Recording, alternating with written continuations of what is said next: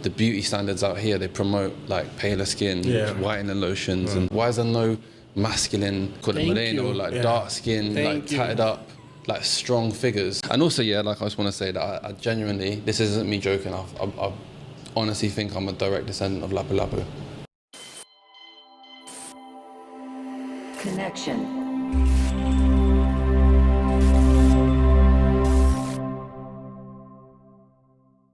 What's up, YouTube? How are you, man? How are you, brother? I'm okay. How are you? I'm good. Nice to see you guys. You know, welcome to the channel. This is your boy Calvin Castiel. Man. Woo! More energy, right? More energy. Wait. And here on the studio, round of applause for our guests. How are you, brother? I'm good, man. Thank you for having me. Man, thank you for making time for us, man. No, I appreciate it. Appreciate it, man. We have been talking for a while. I see you all over socials. Yeah. You're popping on socials, man. So. Thank you, man. I appreciate it, man. I really appreciate it. Just before we start, can you please introduce yourself to the audience? Right, so my name's Shaun Pelayo. I was born and raised in the UK. I'm half Filipino. My mom is Cebuano. Wow, Cebuano. Yeah, and then I'm based in Siquijor now. You speak Bisaya? Yeah, because I'm Bisaya. I'm Bisaya now. So you speak like, how is your Bisaya so far? It's good. It's really good. Is it like your first time coming to the Philippines? No, so I was we used to spend like 10 to 11 months in the UK and then the 1 to 2 months in the Philippines at a time. Up until I was 13, and then it was once every 3 years, and then up until I was 19, and then I didn't come for 10 years. And then I came for the first time as an adult last year. Oh, wow. Yeah. And how is the Philippines after 10 years? Do you know, it's so different. So on my island, specifically in Siquijor, back then growing up, there's a place called like Cabogahai Falls, for example. It's a waterfalls, and when we was kids, it was literally you just go there. It's rural. Now it's all like there's stairs there, and you have to pay 20 pesos to get in. To get in, everything like that. There was another place called Salat Daong, which was just when I was a kid, it was a rock in the water, and we used to climb it and cut our hands and jump in. And now it's got like, again, built-in like ladder, entry fee. Yeah. But it's good because the locals are making money, and that's the main takeaway from it. Yeah. And what is like growing up in UK and coming to the Philippines just for vacation? It's, you know, I had such a unique perspective on life because of it. So in the UK, I'm like the bottom of the food chain, like family on benefits. My mom's immigrant, live in a tiny flat, like smaller than this room, like 4 of us. That's like the first 17 years of my life. But then obviously the pound goes so far. So for the 1 month I was in the Philippines, we lived good. We have like a bigger house, and you know how it is, like the Philippines, they send money home every month. So we got a nice home on the island. And then, so it was just like, it was such a unique perspective on stuff. And obviously in England, the area that I grew up in, it was an all white area. So I was the only like brown one. So then that gives you a certain perspective. Then when I come out here, they call me mestizo, and because I'm taller and bigger than everyone, it's like you still stand up. But luckily I thrive in being different, and it worked in my benefits. T, sorry, can you hear his chair? I think, can you? Is it me? Yeah. Let me give you. I'll get it. Is it my chair? Yeah, it is. Can you? It's that. So I mean, it's not mine. Can you hear it? Yeah. It's a big man. Yeah, you can hear it. Yeah. Thank you, brother. Thank you. Yeah. Good. Mic check. Good. Yeah, we good. We back. We back. Let's just wait for T. Actually, like this part, we're gonna cut it. Yeah. That's good about the podcast. Sorry about that. Right, still rolling. Okay, yeah. You're saying, bro? Yeah, so I had a very like unique perspective growing up, and that was it. But I was raised in a Filipino household, so my mum and my dad split up at, I don't remember how old I was, but when I was 17, I went to go with my mum. So I was raised around the food, the culture. There's a community where I'm from as well, and I always indulged in it. And I was raised to be super proud about being Filipino. So it was good. But you know what? Coming back as an adult, it's so different. So like, all of my perception of the Philippines was based on what my mum told me. So whatever she said, I believed. Yeah. And then when I came here last year, and I'm around girls my age and around other people, and they'll tell me their perspectives on stuff, and it's crazy. So for example, I didn't realize the difference. And you know, like Luzon, when everyone speaks Tagalog, they kind of look down on people that are from Bisaya a little bit. And there's like a whole like, yeah, besides like they're kind of a bit below, but they're stronger and they're fighters. But all this stuff, and I'm like, it was such a shock to me. I didn't know that was the case at all. How did you feel? I mean, did you feel this different when you got here? Yeah, so I thought, because to me, like all of the like Manny Pacquiao's Bisaya, the gold medalist, the strongest female, she's Bisaya. Lapu Lapu's Bisaya. So it's like all these physically strong people are Bisaya. So if I had to choose, I'd rather be that. But I'm probably biased as well because that's all I know. And coming to Manila, it's crazy. It's like being in London, but maybe even busier and hotter. It's like it's different. I'm just an island boy through and through, man. I love my island. Yeah. And you mentioned that there in UK you feel like the only brown boy amongst white people, and here I feel the same because I'm the white boy amongst locals. Yeah. And I feel that in a positive way because I'm very well treated. Yeah. Did you feel that in a negative way, being the only brown one amongst white people in your neighborhood? You know what, it worked in my favor, but I would understand how it's not everyone. Because, you know, I'm very aware of a thing called like pretty privilege. And luckily I always fell into the category of what like society dictates as good looking, whatever. So it wasn't a negative for me. Like I always had attention from females, and it's like, you know, in at that young age, it's like whatever place you're in, there's like a pecking order, and then like the guys want to be friends with the guys that get girls, and if you get girls, you get girls. You know what I mean? And I was good at sports and stuff like that, so luckily it worked in my favor. Nice. What about you coming to the Philippines? How did you feel? Loved it. I loved it as well. Because but back then, the only thing I used to miss was football, because I used to love football when I was really young. Soccer. Before I fell in love with basketball. But yeah, no, I was when I was in the Philippines, I absolutely loved it because I just spent my whole time in the sea. Yeah. At what point you decided, like, I'm gonna leave everything behind in UK to come and chase my dream and representing my culture, which is Filipino culture? At what time in your life you decided that? And why? And why? That's a really good question, man. So I'm super goal orientated. Like everything I do it's not. I don't fall into it. There's a purpose. Everything's got a purpose. And it's all structured and written out, and like it's all next to my bed. So like even the career that I do now, the modeling and acting and stuff in the UK, that was 6 years in the making. It was like the first 4 years of that was just me running off my own energy, believing in my own hype, and then luckily the rest of the world caught up. And then for the last 2 to 3 years, it's been like a constant elevation. But all the goals I wrote out in 2017, I think it was, I did them all as of like 2 Decembers ago. And the final one for me was being in a billboard in my own city in the UK, because I moved to this city from where I was. And when you I had look at the billboards, I'm gonna be here. I did that, and I used to before I was a model, I used to teach kids, and they would be like, I'd have to meet them in the city centre, but they'd always be late. So then I would just sit there in front of a billboard, and I'd be like, one day I'm going to be on this specific billboard in this city, and I have this music. So you're a teacher by formation. Yeah. That's awesome. So I used to listen to certain songs as well, and I was aware that this song was going to be playing when I post a video of me looking at the billboard with my friends. And I did that, and then the next thing I focused on was, I was like, okay, well, I need something else to drive me. Then I want to be an actor. And to be an actor in the UK, you have to get like, to be on a certain thing called Spotlight, and to be on Spotlight, you have to get accredited. But to get accredited, you have to be, but to get into it from a non-theatre school background and just to do it, it's difficult. You have to just put yourself in these positions all the time. And I did it luckily, and I got an amazing agent. I landed some good roles, and it started ticking again. And then I wanted to be financially better off. So then I did a reality show that had like a prize fund, and then everything like that. And then I just did it. And then I was in the and then I visited the Philippines after 10 years, and there's just a hole in the market for me. I fell in love. I felt at home. I felt at peace. Like I'm very guided. Like and every sign that I got given, and like every omen was saying like, this is your path now. And then I went back to England after last year, and I was like, it's not for me. And then, do you know what was a big part was going to Africa? When I went to, we spoke about Africa off camera. When I went to Tanzania, obviously you got no phone for a week, and obviously I'm heavily on my phone because of socials. And I'm climbing these mountains, and I'm just looking around, and I'm thinking, and then I just came to this conclusion that like, the UK is not for me. Like I need to conquer new lands. I need to do new things and adventure.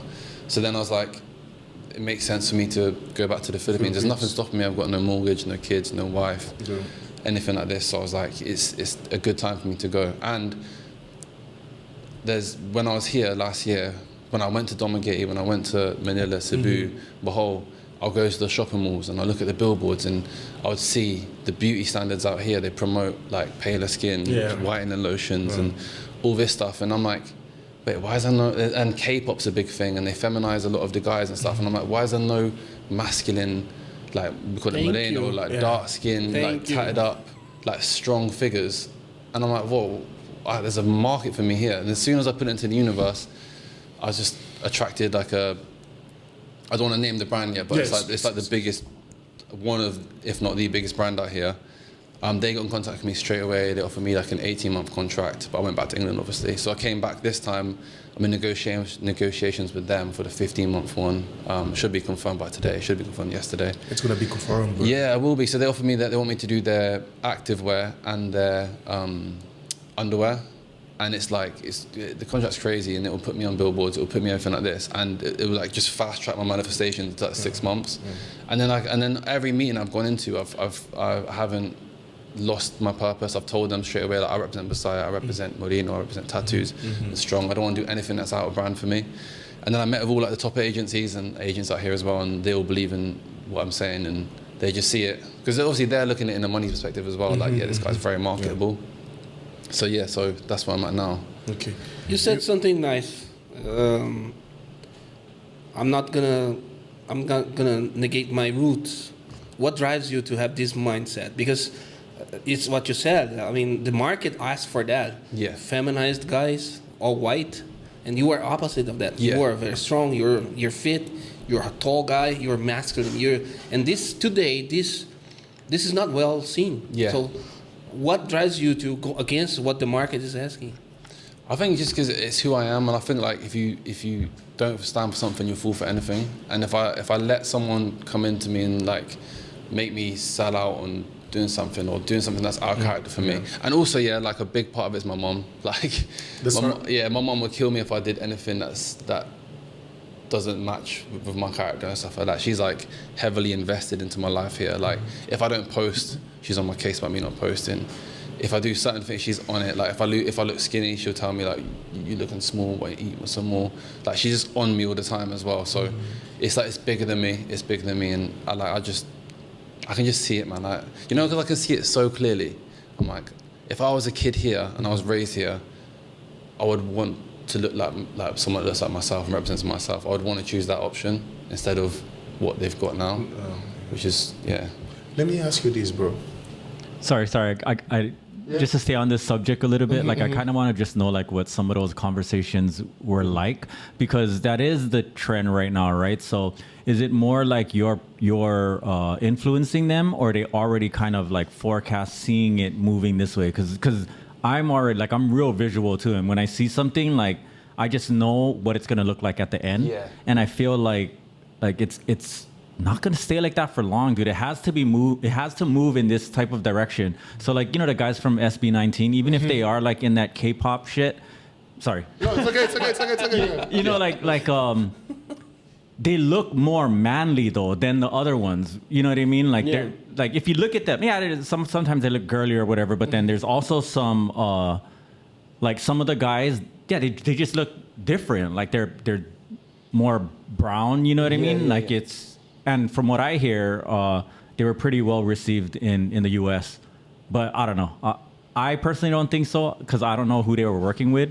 Since I'm in that industry, if I don't know who they're working with, then they probably weren't working with somebody super big, you know? Yeah. But from what I hear is that they were well received in the States, and just the fact that they look different, I feel like it's gonna move towards that. It has to, bro, because how long is this gonna like last, you know? Yeah. It's the same. I think it comes when we did like okay, I'm gonna get. The same. On the same topic. How does the Filipino beauty standards affect you? Well, I feel like I've been really well received. Everywhere that I've been so far, every island I've been onto, I've been really well received, and they say stuff like, you know, like guapo, pogi, everything like that. But I don't know. I haven't done any shoots out here yet, so I don't know how they're gonna. There's a few comments on TikToks, but like they're at 99% positive. What kind of comments? Like everything's positive, but the 1% would be like, oh, you're not gonna make it because your tattoos. Or like sometimes I fish for them comments so I can just reply to it just so that I can get some more like viral content. But yeah. Let me just back to what you said. When you were in UK, you look at this billboard, and then you said, I'm gonna be here one day. Here in Manila, have you looked to one billboard, and then you said, I'm gonna be here? And my second question would be, how did your mom feel when you told her, Mom, I'm leaving UK, I'm gonna chase my dream in the Philippines? My mom was really happy, because one of my biggest and proudest most achievements is I've taken responsibility for my mom now. It's only been 2 months, so I can't brag about too much, but taking that financial responsibility of her as well. But when she gets out here, we can have our family together. Because I live far away from my mom in England. I live in a city, so 4 hours away from where she lives. And when we're here, we've got a beautiful home that she's worked hard for. And soon as I can earn here now, and obviously it goes a lot further, so I can support her. She doesn't have to work. And she's just excited and happy to be here. But she's just waiting for an eye operation. As soon as the eye operation's done, she'll be here. And she's like a big part of my content, man. Like, everyone loves my mom. She's like me and my mom are real close. She's a massive character. Like, when she walks into the room, you're aware she's in the room. She's like this glamorous. She's like this big. And she's got me and my brother that like tower over, but she's like, she takes control of every room. How many siblings do you have? Just me and my older brother. He's in UK? Yeah, he's coming as well in like 3 months. But he's got like a real job. So he's like... A real job? Yeah. So he's trying to just find his way here. But he loves the Philippines. He's always been invested in here. From what you have experienced at this age, is it a dream if you can influence your people to come back to the Philippines and stay here forever? I know your mom is based in UK for too long right now. Yeah. But it's like a dream. In Siquijor, the whole family is back to the Philippines. That's what I'd want, man. Like, I think the end goal for me would have, obviously we've got a big home there already, and it's got like a small home next to it. But I could just keep extending, and just have like all of us together. Eventually when I settle down, I have my wife in the home, and she's like cooking food with my mum and all of my brother's kids and my cousins, and we're just. I'll go off to different islands, work, make money, and just support everyone. Everyone just be happy. That's all I want. Like, everyone there together. I'm gonna be honest with you. I've been in other countries for work, and then this is a culture. Yeah. This is something people go out of the country, but they never think about staying forever, staying for good. They want to come back. Their goal is just to make money there and go back. They go there, they build their houses, they get the structure, and then they come back. They have no idea. Nothing goes to their mind. Matters of staying for good. It's awesome. It's awesome. Because the Philippines got such a good reputation when it comes to working on cruise ships, working in healthcare, because they're like people and they're happiest people and they're grateful and stuff. So they're good at getting jobs. They're really good stereotypes. For sure. Let me ask you this: a lot of Filipinos are leaving the Philippines because they want to go abroad. They want to go and look for that. I mean, it might be UK dream, American dream. You having everything in your hands. You went there, or you were born there since you were a kid. You had the American dream. You had the American dream. What makes you leave everything behind and come to the Philippines? Because sometimes I'll be getting the comments, as Filipino we are leaving, and then you guys are coming for you as a Filipino. Because you could be, more into UK culture, but you decided to represent your mom's culture. Yeah. So why that? So the second part of the question, why do I represent my mum's culture instead? I think that's that's to do with family as well. So like on my white side of my family, I never felt like I was received properly. Like, me and my brother felt awkward in situations when we went to go visit the white side of the family. So we shied away from that. We didn't want to be in that, because they kind of looked at us as if we was Filipino already. They'll be like, so I don't know what it's like in the Philippines, Shaun, but da-da-da. And I'm like, I'm from here as well. But do you know what I mean? So then, but when I was with the Filipinos, it's just like it's different. They're like my aunties, my uncles, and you just listen, and I prefer the culture. So I just gravitated towards being just that. I don't know. And I was and obviously all my food I ate was Filipino food and happiness, you know what I mean? But that's the second part of the question. What was the first part of the question again? Sorry. Why? Why did I leave the American dream? Represent? Because I feel like, yeah, some people have this like innate desire in them to like conquer. Like, you know, like for example, like I'm a big fan of Vikings. I don't know if you've seen it, but like Ragnar Lothbrok, why did he not just settle at Kattegat? Like, why did he not settle for Middlesex? Why did he have it in him? Like, he's a king. Why would he want to go to then try and invade Francia? Do you know what I mean? So like, I think some people just have it. Like, I had it. Like, I live good. Like, I got offered some mad contracts as well before I left. Like, there's a TV series that offered me like a thing which would have been nice, which most people would have said yes to. And it's crazy because I felt like I was being tested because I wasn't busy for a few months, and all of a sudden, when I booked my ticket to come back on January 19, I got offered like crazy things and financially really good things as well, which most people would have stayed for. But I knew I was being tested, and I knew that I'm guided, and it's just like if I pray so much that I want this life in the Philippines and make a difference and blah blah blah, of course I'm going to be tested and be offered everything just before I was about to leave. But yeah, I mean, I've got like a 6-month cushion where I've got a contract with a fashion brand that's like monthly content. So 6 months, I don't have any weight on my shoulders and concern about like financial and stuff. So I'm good. And I've went straight from the Philippines to like this is my first month in here. I just signed with the agency yesterday. Congrats, bro. Thank you, bro. Thank you so much. Shout out Cornerstone. Yeah, some of them yesterday. So they seem like the best ones out here from what I've gathered, and I had all these meetings and I got advice from people, and everyone was like, yeah, they represent the biggest people and stuff. So people say that when you want to leave the comfort zone, this is when it gets more comfortable. Yeah. This is when it's more. You don't want to leave it more, but you have to do it. You have to take a step out of it. Yeah. Let me ask you this, because I have been talking with Tenez a lot, and Tenez, he just came to the Philippines like actually he completed 1 year already for the first time in his life. I'm not talking about your family. I know you kind of had an idea on how the Philippines looks like because you have been here before when you were younger. Yeah. For your friends that haven't been here, you making a decision to leave everything behind. And as you said, when you're about to leave forever, you got a deal. What was the reaction? You leaving the dream country, coming to the Philippines? You know what, like, to get to where I am, obviously you guys know this, especially, like, you have to cut off loads of people, don't you? Yes. So your circle's so small and tight-knitted, and they know you through and through. So my circle, it's just Shaun.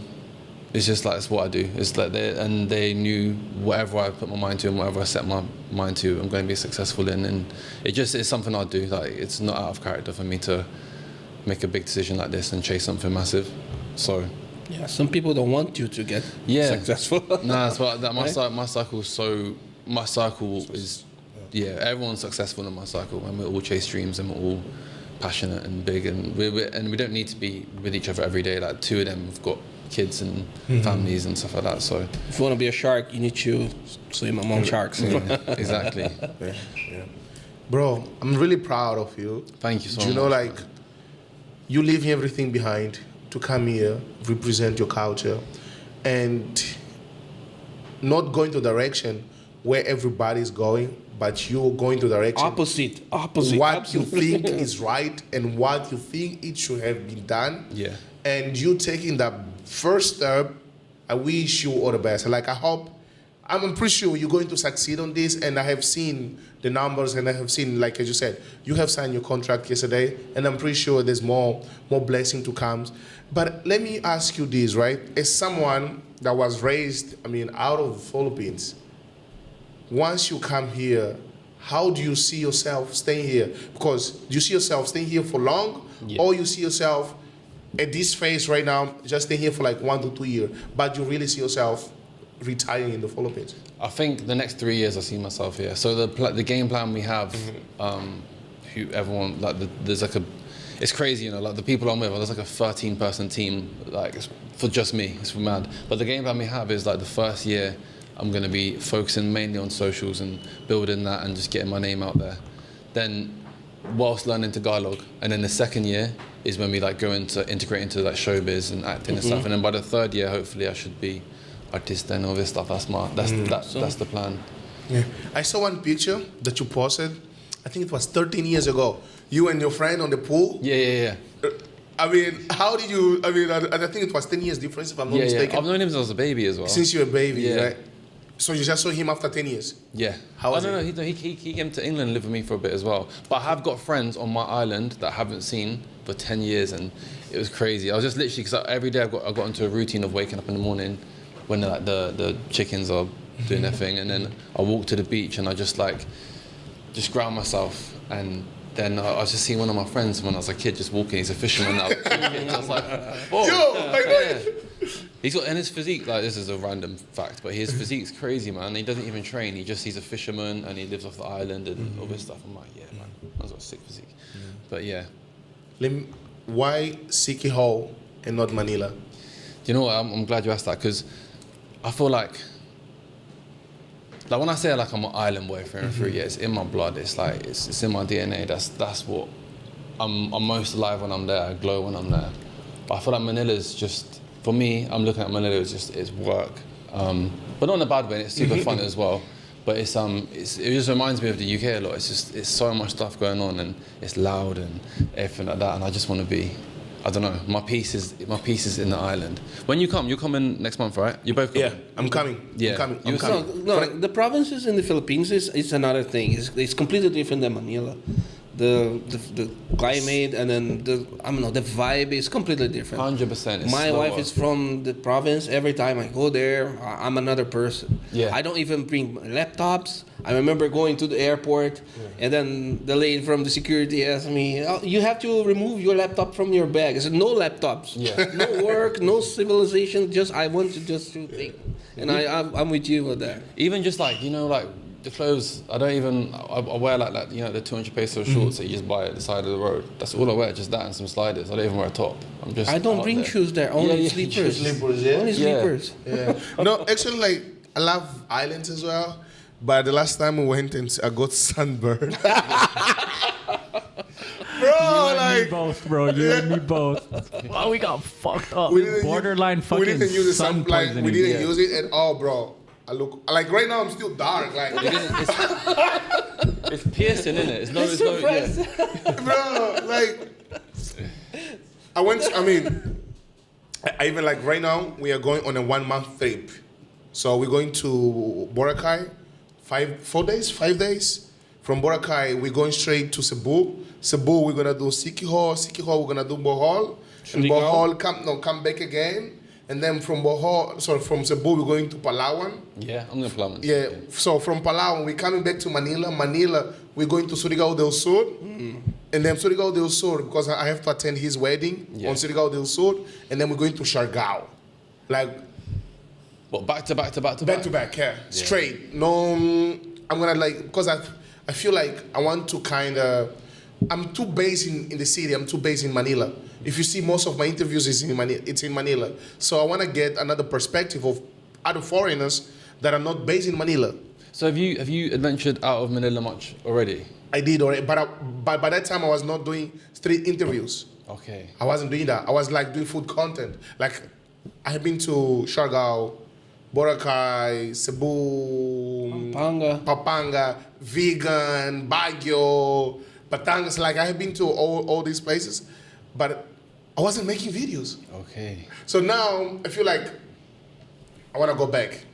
Like I want to go back and try to show the other side of the Philippines, because Philippines is not just BGC, Boracay, Palawan. They are like at the island, like Siquijor, like Camiguin Island. You know, as much as possible, because this other foreigner asked me, "What is your channel like?"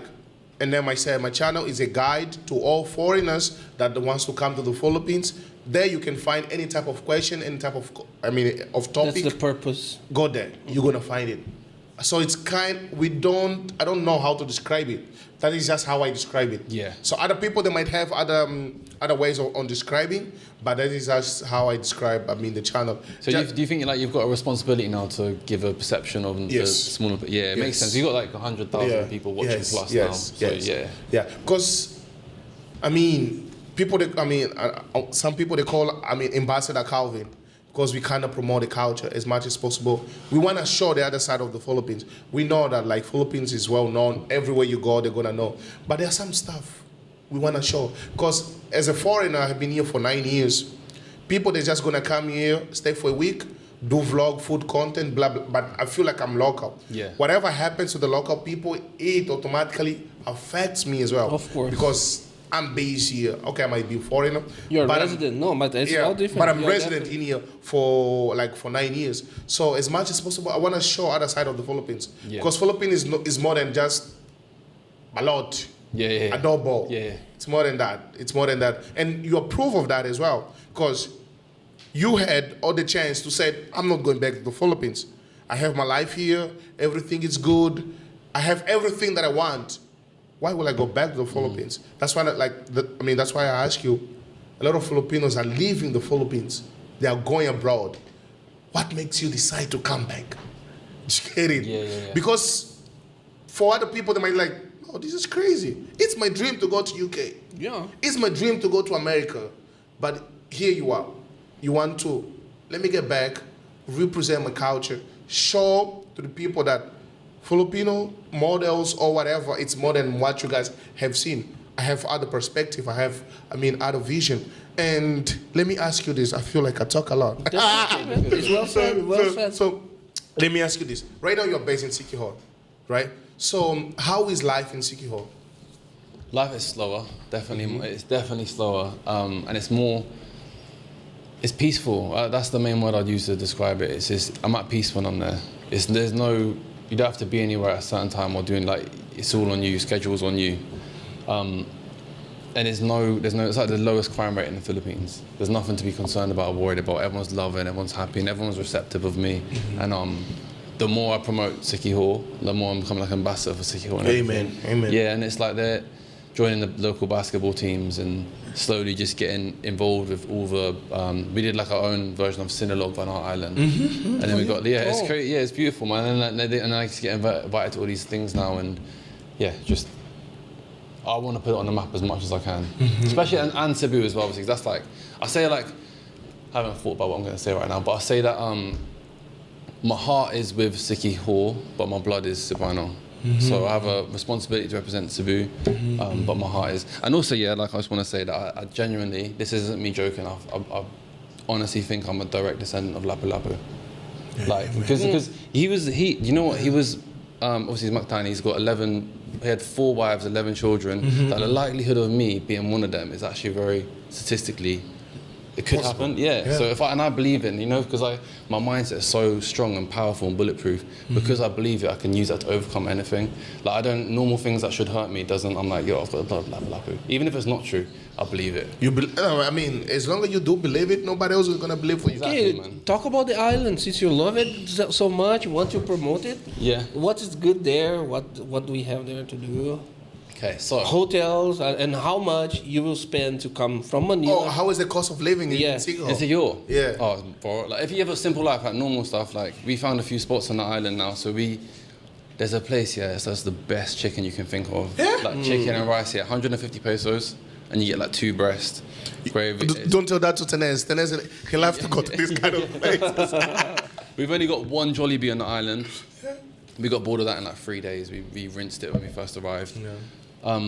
Everything's so cheap. The paradise beaches that you think of when you think of paradise, they're surrounded the whole island. So you can either find somewhere that's completely free, the beach right next to where I live.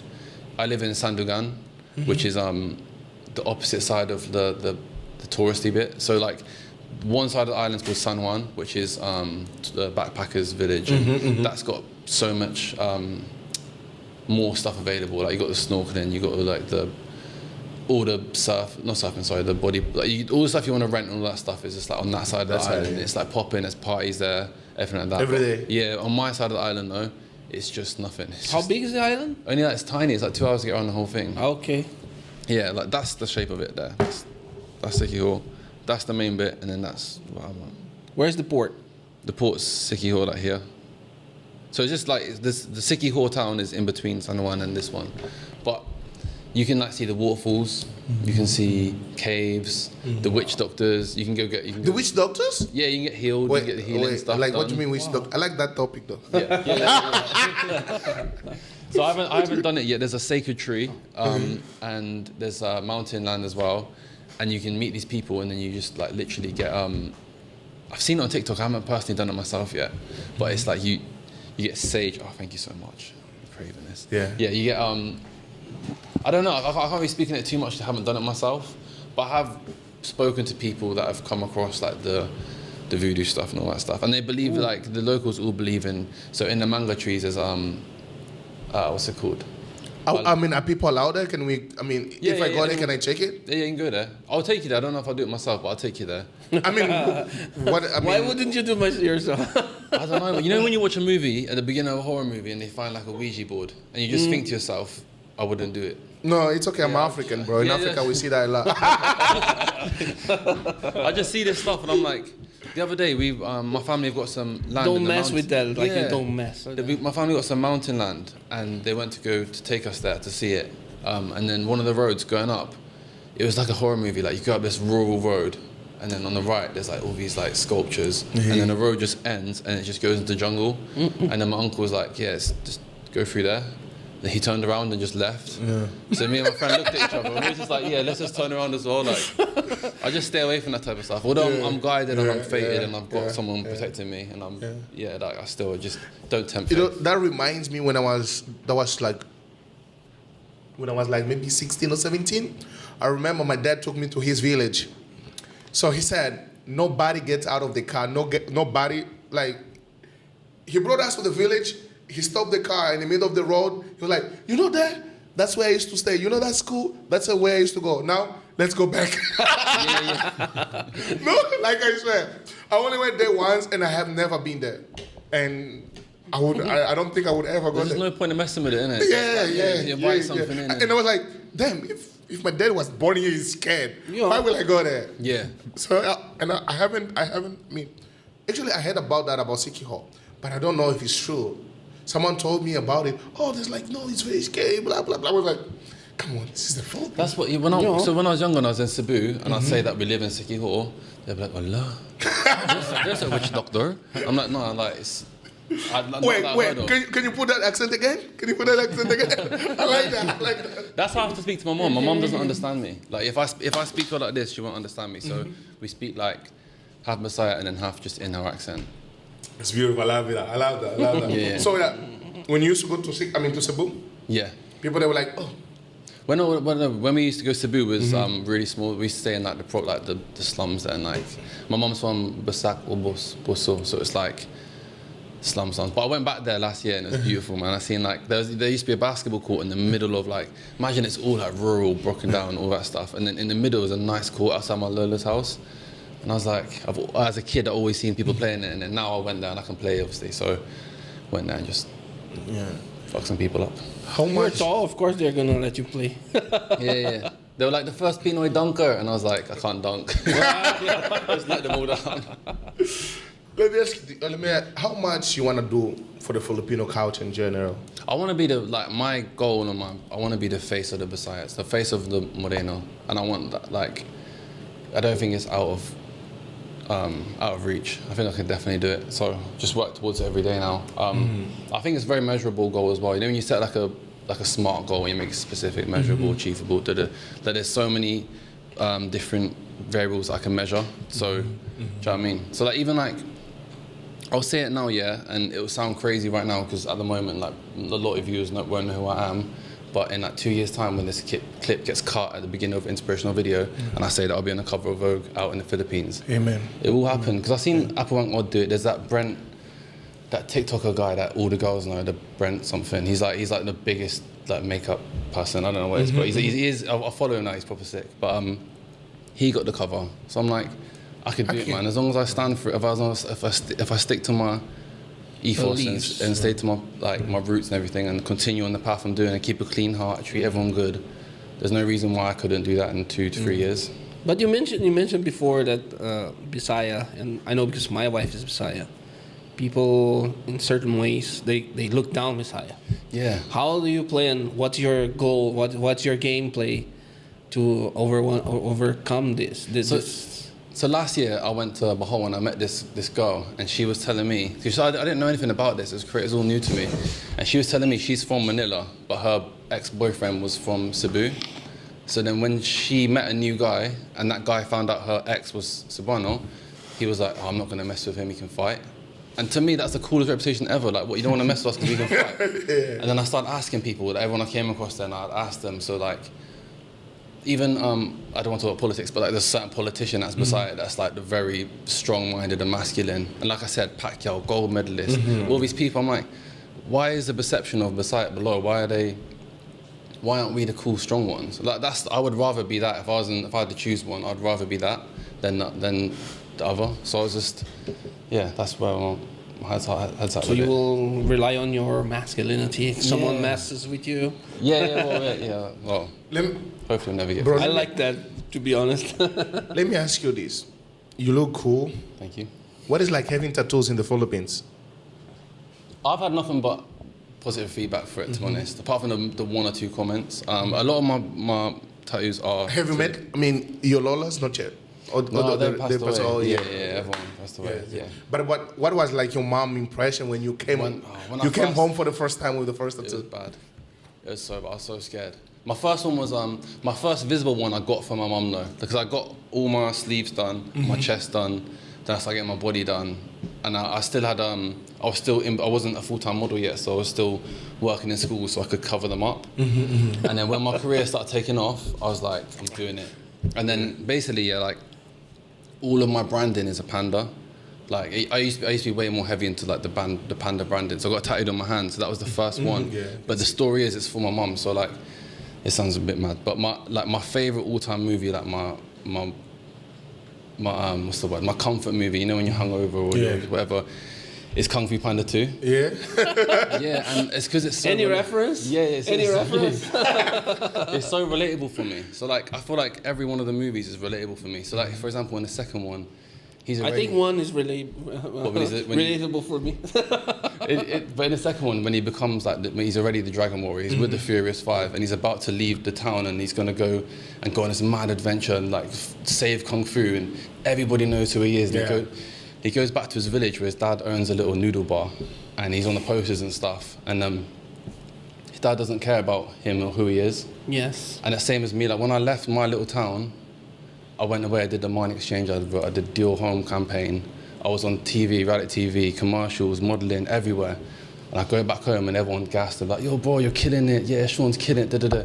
And I see my mum, and she just look at me and put her arms on my shoulders and be like, "You look very skinny, Shaun. You eat more noodle." Like, it's just the same thing. So like, yeah. So when I told her that story and I said, "The panda's for you, Mum. Like I'm like Kung Fu Panda. You're like da da da da." She understood, and then she was cool with it. And then the third movie came out, and that was like when I came back to the Philippines and I went to get my tattoo in the mountains and find my people, and it's the same thing. So the fourth one's coming out now, so I'm pretty sure that's going to be this next chapter. You're going to do another tattoo?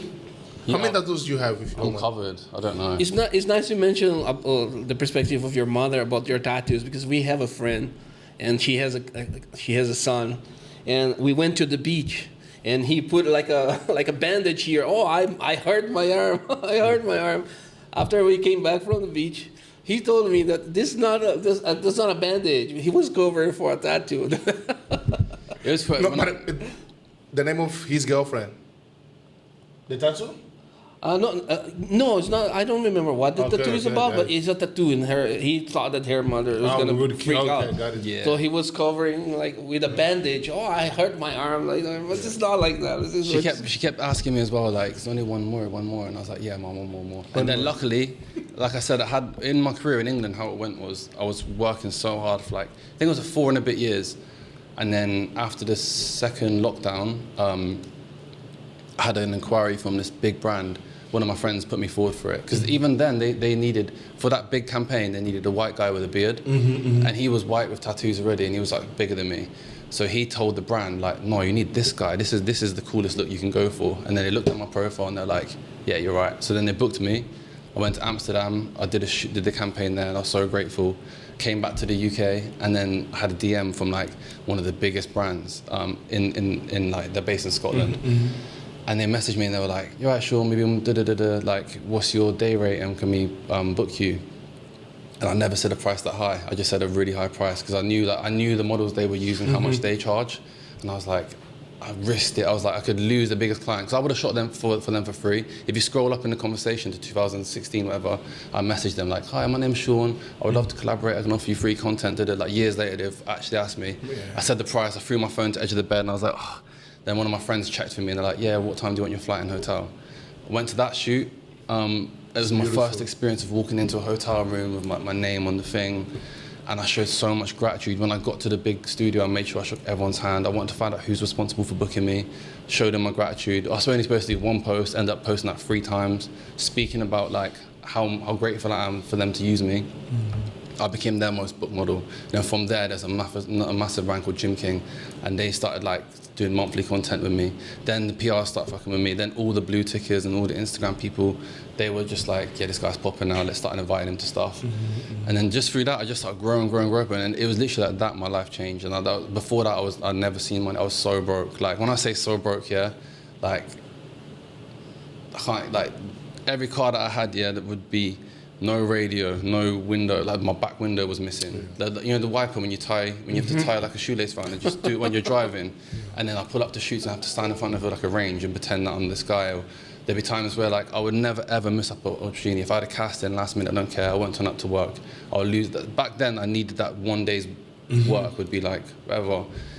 And I was in my overdraft heavy, maxed out credit card, maxed out loan, just with this vision like I'm gonna do it. And then all of a sudden, like just like that, like if you land a commercial in the UK and you get like a buyout fee, that just covers all them, just everything, all them risks I took just got covered for that. And if I land another one, then that's profit. And then just from there, it's never looked back, man. And then obviously then I lived that life. And then a few years later, then I did all the goals I said about, and I was like, nah, Philippines is next. And now I'm not in a position where it's like, if I don't, I can do it now, you know what I mean? It's not like that was a step stone. You can see that it was a step stone. Yeah. For what?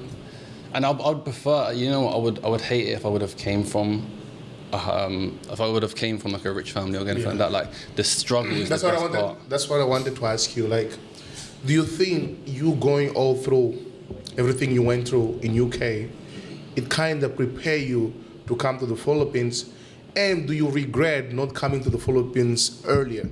The only thing I regret with not coming to the Philippines earlier is when I think I could have made it here in basketball. If I would have came here when I was 21, because when I was younger, like I had the goal of going to the Philippines and playing, but then luckily, like got good, and then I went, and then my dream team in the UK. Back when I manifested that was like another crazy story in itself. Manifesting play for my dream team back home. But then when you become 20, like I was like 21 when I was at the height of my game, or 22. And then like I got to the team I want to play for, like it was the first team and stuff, and then other things started factoring in. Like the fact that I had no money was a small factor. But then like I fell in love with the gym, and I had such a stupid mindset. So I was like, oh, I'm doing so much cardio, I'm gonna lose weight. And then I was like, girls become a factor. You want to party, you want to get girls, and I see all my friends partying every night, and I'm training like 3 times a day up at 6 a.m. and stuff. And I'm like, imagine if I didn't have to train, I could. Yeah, but if I could rewind, I don't regret it because it's taught me not to regret, but if I was to do it again, I would have just came to the Philippines. I would have got a loan out, got a ticket to the Philippines, and then just started playing here, because obviously basketball's massive here. And if I had my citizenship back then, I wouldn't take up the position on the court or as an import. I'd be classed as a Filipino, but I'd have the physical advantage of import as in my size and stuff. But yeah, that's the only thing should have come sooner. But I think everything else worked out perfectly, because now I'm in a position where I can support my mum and everything like that, which is my main driving factor. Freedom. Freedom. Exactly. I mean, I think islands itself, you've been on an island, it kind of gives you the freedom, yeah. When you say the cost of living, yeah, like to live on the island, because we own the home, it's my family home, and own the land, so like the monthly bills for it is less than quarter of the UK. Do you know what I mean? So even if I wasn't this mindset of pursuing greatness and making an impact in the world, I could just live nice on an island just off TikTok, post a TikTok now and again, and I could just have a normal life. I wake up and go to the beach and I can get a wife and have a baby. But I need to, because I'm Shaun Pelayo, I need to do the thing I need to do first. And then I can do that life, hopefully. I don't know. That's the one question I always ask myself is, will I ever be content? Because I had all them goals in the UK and I did them all. So what happens when I do all these ones? But I'm sure I'll have new ones by then. And then the only other thing I've heavily stays on my mind is like every decision I made, like what agency I go with or what I agree and disagree to do, especially because like with the big brand I'm talking to wants to do underwear, like I don't know like how I feel about doing briefs and stuff. You know what I mean? Like every small decision I make, because I've got this path and I'm a trailblazer, there's no one in front of me that I can ask questions to. There's no one in front of me I can ask for advice. You know, for example, what you're doing with your channel and stuff, there's no one did it before you. So like the fact that you decided to go to the province and stuff like that, it's a decision you made. It's a financial risk as well. Like you could spend all that money going to all them places and then the content doesn't bang because it's not Manila. Do you know what I mean? There's no one to follow and just be like, I did this, you do this. You know, with a normal people like that have the 9 to 5 mindset, the 40-40 mindset, the work 40 years, tax 40% to retire at like all this stuff. That mindset of people, they can like go into a job where they're like an employee, then an assistant manager. Then if you work this many hours for this to do, you move up here. Yeah. With us, it's just like you don't know what you do. You like you're just making every decision, and then when you take responsibility for other people, like I have my mom now, I'm like, bro, it's crazy. So I can't even imagine what's like. That sucks. Believe me, I feel you're completely right. Yeah. And have you got children now with your? Have you got the one you're marrying? Have you got a baby already? Yes. She's pregnant right now. So have you got even more to think about? Yes. Yeah. Absolutely. Actually, we were talking about that last night, right? Yeah. Your mindset shifts completely, like 180 degrees. So it's awesome, but in a good way. A good way. I mean, responsibility is on the way. Good thing I have my friends to help me. You know what? Like, I mean, earlier, like he went to. Where did you go again? I mean, the 3 hours today. Training for what? How do you call it? Don't make me. I went training for marriage. Training for marriage. For 3 hours. Like a seminar for 3 hours. What did they teach you? How to be a good husband. No, it was productive. I mean, there are some things there that are important, of course. You know, for people that are educated, of course you know that from school, but it goes to combat what they're facing right now in terms of relationship and and having babies and everything. It's overdue actually. Was it her idea or yours? It's a requirement. Requirement? Yeah, for you to get married. What? Yeah. From who? Yeah. What? So the government tells you to... Yes. You need to... For you to have a marriage license, you gotta go through that. Go through that. Really? Yeah. It's not like you just, okay, babe, let's get married. Okay, and then we just sign the paper and then that's enough. Same thing back in my country. You just go to the church or blah, blah, blah. No, you go to the city hall and then after 10 minutes it's done. Are you gonna wear the bahong? Yeah. No, he wants to get married on the island. Yes. So he wants like beach. Sleepers, short. Yeah, it's see-through, no? Yeah. Cool, you can wear that. Yeah. I don't know yet because it's hard to find my size, but I will look into that. Yeah. So, but yeah. So what about, when you raise is it a daughter or a son? We don't know yet. That's gonna be half Filipino and half white, right? No, it's gonna be Filipino. How is it gonna be Filipino? Because it's gonna be born here. No, but half Filipino, half Brazilian. No. I don't like this concept. I actually, it's something that I always tell guys. Don't get mad at me, the Filipinos, but you guys should be honored of being Filipino.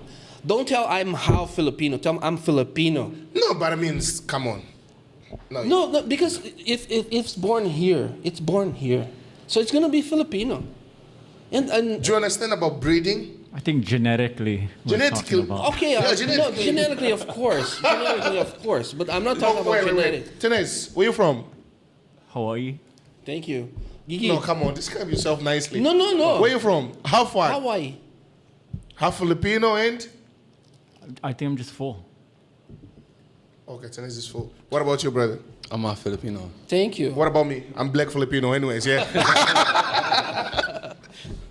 But yeah, guys, just don't get me in the comments, but be proud of being Filipino. Yeah. Say that I'm a Filipino because you guys have a lot to talk about. You should be proud of this country. But I'm pretty sure your kid, he will be the one to decide whatever he wants to decide. Anyways, yeah, I'm pretty sure about that. Sure. I'm pretty sure. I think like I'm not a dad yet, so I cannot put things on my kid's head.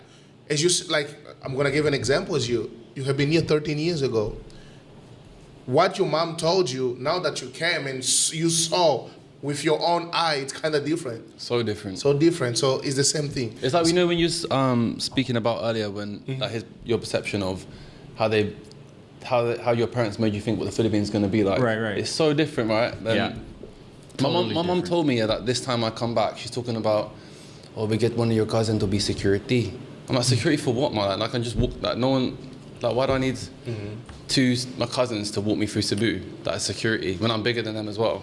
It's just like, they just have the maddest thing. Like, be careful to get kidnapped. Wow. Actually, I hope I don't get kidnapped now, please. No, nothing will happen. Nothing will happen. But aside from that, what is the weirdest thing that she told you that when he got here didn't get confirmed and it's opposite? There's like really weird things like, I don't know whether this is like, this is definitely a Filipino thing actually. Like our mums tell us that you can't sleep with a fan on, for example, because it gives you wind. But I think it's because they're trying to save electricity. Now that I'm older. Okay. You know what I mean? And there's things like you can't you're not allowed to sweep at night. I don't know why. And there's so many weird. These are like weird little ones. Yeah. Like the foot of your bed can't face the door. Oh, all these superstitions. Yeah. You can't clip your nails at night because like the little people are gonna grab it and do some shit. Yeah, like I used to Your throw hair. rocks into the jungle, and then like my auntie was like really grabbed my hand, like stop, and I was like, why? She's like, you hurt the little people. I was like, what? There's little people out there. Like, what are you talking about? What little people?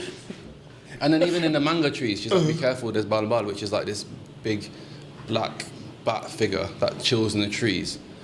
And then there's another one that I heard the other day, which is like this like centaurian, like this. Like, it's like a half horse, half human that smokes cigarettes. Oh, bro.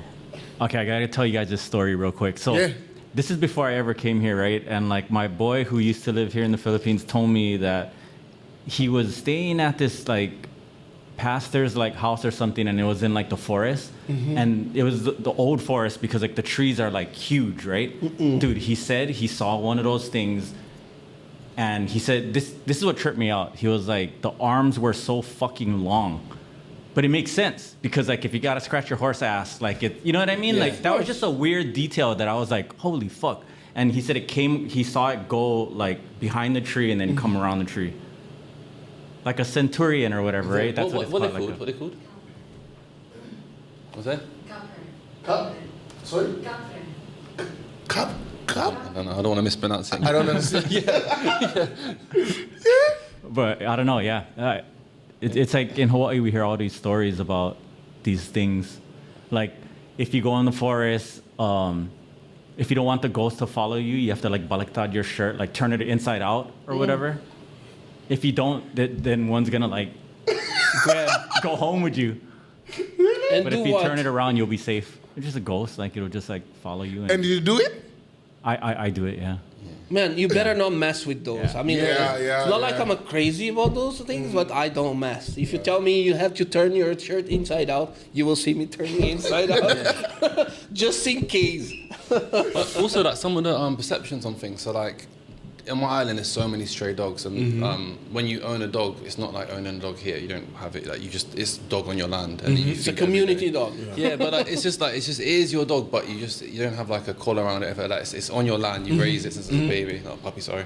And then we had like a few dogs, and then one of them, I came back one day and I seen at the end of the barangay there's like blood on the floor. And my auntie raised this dog, so I thought she'd be really sad. She got hit by a tricycle, and I went to go speak to her, and I thought she'd be sad about it. And she just had this like beautiful mindset. She was like, the dog died in order for one of us not to die. She said like if the dog didn't die, it would have been one of us. Yeah. So she wasn't even sad. Wow. It was like, it was a crazy perception, and I took that from it. I think being out in Siquijor as well, I'm so much closer to God, like, because you're constantly having conversations with. Like for me, I'm on my moped all the time by myself, just like driving around, not my best friend, sorry, driving around the island, but you've got your helmet on and you're driving, so you can't listen to music, like you're not distracted. So you just find yourself just having conversations in your head with, asking yourself random questions. Weird. Talking to yourself. Yeah, or myself or higher power. Yeah. Wow. Awesome. I'm going to Siquijor. Go Siquijor, man. I hope to have a good experience there. Yeah. I'm gonna take you. What day? Do you know what days you arrive on? March 10 probably, right? March 10. March 10th. What day is that? Is that like a Friday? I'm not sure. I gotta check it out because we're going to Cebu on March 2, which is on Saturday. I think that's on Monday. March 10th. Let me see. March 10th? Sunday. Sunday, yeah, it's probably one of the best days. Yeah, that's on the. It's gonna be on Sunday. There's one beach bar on the island that everyone goes to. Yeah. It's called JJ's, and it's like, it's the most there's no ego there at all. You go there, it's like 15 pesos entry. There's the cheapest place you'll think, and it's just like a live band are playing. All the foreigners go there, but all the locals go there as well, because and it's just like, it's just so beautiful. I was so like, when I first went there, like me and my brother went there, and obviously like in the UK we're used to like hip hop, Afro beats, like all this stuff, yeah. And then we got there, it was like, oh man, it's a live band, and then all of a sudden now we're next in a crowd singing Taylor Swift with them. Everyone's just happy, man. Yeah. It's honestly so good, and like there's no like rules there either. You just do what you want. Yeah. Just like in Siargao. I'm gonna change subject a little. You mentioned, let's talk about you a little more. You mentioned that you're here for a purpose. You were gonna pursue modeling and everything. We are content creators. So in social, what is new for you now here in the Philippines? What can people watching us can look out for you? What you're gonna produce for them?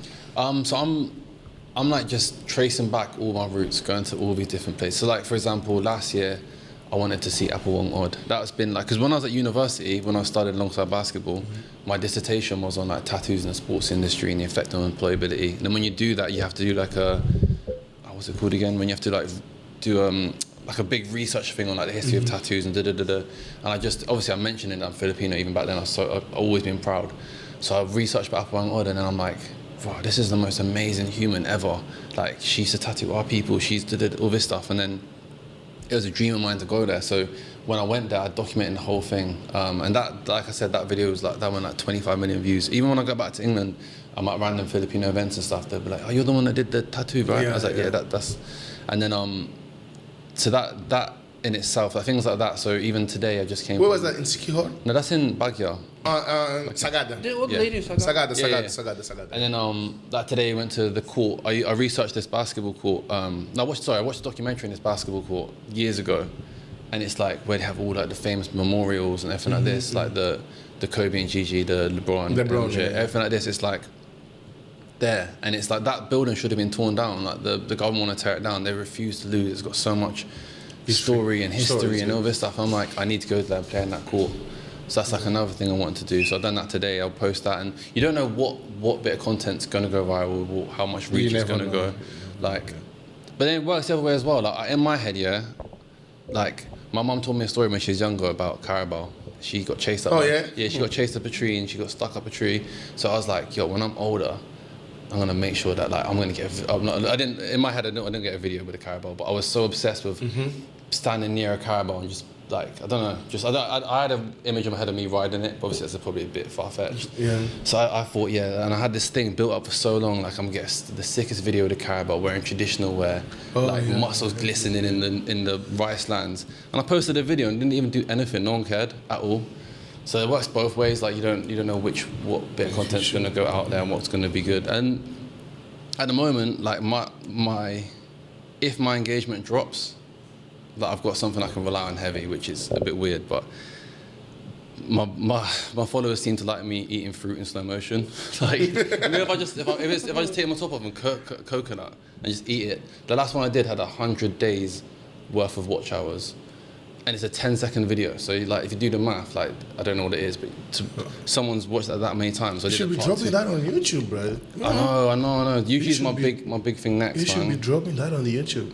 But I think I've documented my first part of the journey of coming back to going to Manila and walking into the meetings and stuff. And then I need to do the second part. I haven't posted anything yet, so I want to get like maybe a 2-3 video backlog before I start posting YouTube, because like I'm very aware of how I tried doing, like before, like I feel like everyone's gone through a phase of trying to do YouTube, and like guys like you that have really persevered have got it, but yeah, I tried telling my viewers like, yeah, every Sunday I'll post, and then when it comes to it, it's so difficult, man, and it's so disheartening as well, because it's like you could really put effort into it. It's like all landscape and cutting and audio and finding. For me, it's finding audio that's not copyrighted and all that stuff, and then you post it and you get like no views, no one cares, and it's such good content. Yeah. How do you move on when something like that happens? You go there because it happens a lot. It happens a lot. You work a lot, and then you have so much faith on that content, and doesn't go along. So how do you move on from that? You know, I would. It's easy for me to say like, oh, you just have to keep going and stuff like that, but it does have a direct impact and influence on you. You know what I mean? Like, you can see yourself having endorphins and happier when every time you check your phone, it's hundreds across the top. Like every time, like when someone's going viral and you're like 3,000, 4,000, 8,000. You know what I mean? But the other way, you just have to keep going. You just have to keep going, because then that's what's going to separate you from the rest. Like everyone feels what we feel. Like when we post it and it doesn't go viral, everyone feels that, but it's only the ones that are like us that keep going and going and going. And that's one thing that I'm very consistent. But with YouTube, I could be better. Like TikTok, Instagram, I'm good, but YouTube, I'm really bad. And that's why I credit to you guys. You're gonna be good. It's so hard. Because, bro, it's the same. I think we all kind of have the same, idea, same mindset. Because if you don't post it, you never know if the next post is the one. So there's this saying from Mr. Beast: come talk to me after you have 101 videos. He posted 100 videos, no views. Only his people, were watching those videos. So it's just the same mindset that you have. That you need to have. Yeah. Like, work, post it. The video that you're gonna spend only $1, that's gonna go viral. Video that you spend 10K, it won't even go. So you never know. So just as much as possible, you just gotta keep going. Put your face out there, and whatever. It's like sometimes my friends, because they're already like 4 million, 7 million, they're already like, oh. So they will be telling me, yo, you keep on looking on your numbers a lot. Like, I'm like, yeah, of course, I need to check. They're like, no, we don't, of course, you don't need to check it anymore, because, your fan base is solid already. Mine, it's not yet. Of course, if I post a video after 10 minutes, oh, how many people watch? Oh, okay, thank you. Thank you. You get it? But for them, it's just like, if they get views, okay. If they don't get views, nothing changed for them, because they already have, a solid fan. And bro, just before we go, is there anything we didn't ask you that you would like maybe to promote, to talk about? I think we covered it. The biggest point I wanted to get across has been the beauty standards, the conversation we had about that, where I'm headed, what I want to do, everything like that. So other than that, like, I think I've spoke about it. I haven't really got a product to sell or anything. I'm just me, just Shaun Pelayo. Okay. Yeah. And where, all your social media, it's going to be on the description below. But where can everybody find you? So on Instagram, it's just Shaun_Pelayo. TikTok is Shaun_Pelayo. I was just going to repeat myself. Pelayo is your son. It's going to be there in the description. It's your last name, right? Pelayo. Yeah. But, well, no, actually, it's my middle name. Oh, yeah. Obviously, I don't want to give my government name. Oh, yeah. So it's my middle name. But before my mum married my dad, it was she was called, her name, Caballero Pelayo. So I think eventually when I have my sons, I want to bring that back. I want Caballero Pelayo. Yeah, because I think it just sounds cool, and it sets them up for superstar. It's more like Filipino too. Yeah, my last name's very, very just super white sounding. But it's good, if I ever want to get a real job in England again, I could just like apply for it with that name, hopefully. But I wouldn't. It's like, it says I'm not that close to that side of the family apart from my dad. It's not like Pelayo I represent, that's across my back in big script, and I've got my mum's one of 13, and obviously they don't really have contraception around there, so it's just like my family, everyone's my cousin. So I represent so many Pelayos. So many, okay. Can you shoot a message in not in Tagalog but in Bisaya? Do you know what? To our audience and your audience as well. Wait, let me try and think what I want to say. Oh yeah, that's good. Okay. I feel so much pressure in the room. Everybody's looking at you. That's the purpose of that. All right. Your camera's right here. The camera's right there. Yeah. Shit then. I feel like if I mispronounce, I'm going to get a rinse here, but I'm sorry, I'm trying my hard. But ako di ko maambisaya. But ako, dugo ko na lang palapo, ang kuskang ang Carabao, and I'm proud of Marino, I'm proud of Bisaya, and I'm proud of all my people, and I want to put Cebu and Siquijor on the map, and I plan to do that. And then we're going to repost this clip in 5 years when I'm fully fluent, and I've done that already. Thank you so much, man. Thank you so much. And lastly, just before we go, 12 foreigners watching us right now, they're scared about coming to the Philippines. They don't know nothing about the country. They want to take that step. but they don't know how to do it. What advice would you give to them? What's your full YouTube channel handle? Your YouTube channel handle? What do you mean? Your YouTube handle, your app on YouTube. Calvin Castiel. Calvin Castiel. Yeah, Castiel. Yeah, Castiel. Yeah. So my advice would be, go onto Calvin Castiel's page, research all of it, and he's done a good job at putting it on. Then go to my page afterwards, research it, and then you'll know what it is, because it's such a beautiful place, man. It's like the people are happier, they're more grateful, everyone's more down to earth, less ego, the weather's better, the food's better. I can't think of any negatives. Okay. Thank you so much. Absolutely. I appreciate it, guys. And please, all his info is going to be on the description below. Please check him out. All the social media, TikTok, Instagram, Facebook, YouTube. It's going to be on the description below. And here, if you're a content creator in the Philippines looking for a studio and you don't have all the gadgets, please reach out to us, Manila.knxn, because we got you. And don't forget, hit on Tenes. He will be. We have Tenes. We have Tenes. He will be the one to take care of you. And to all the subscribers, we just want to say thank you so much. Don't forget to subscribe and share the video with the whole barangay. You just watched the #1 podcast in the Philippines. We gone. Thank you.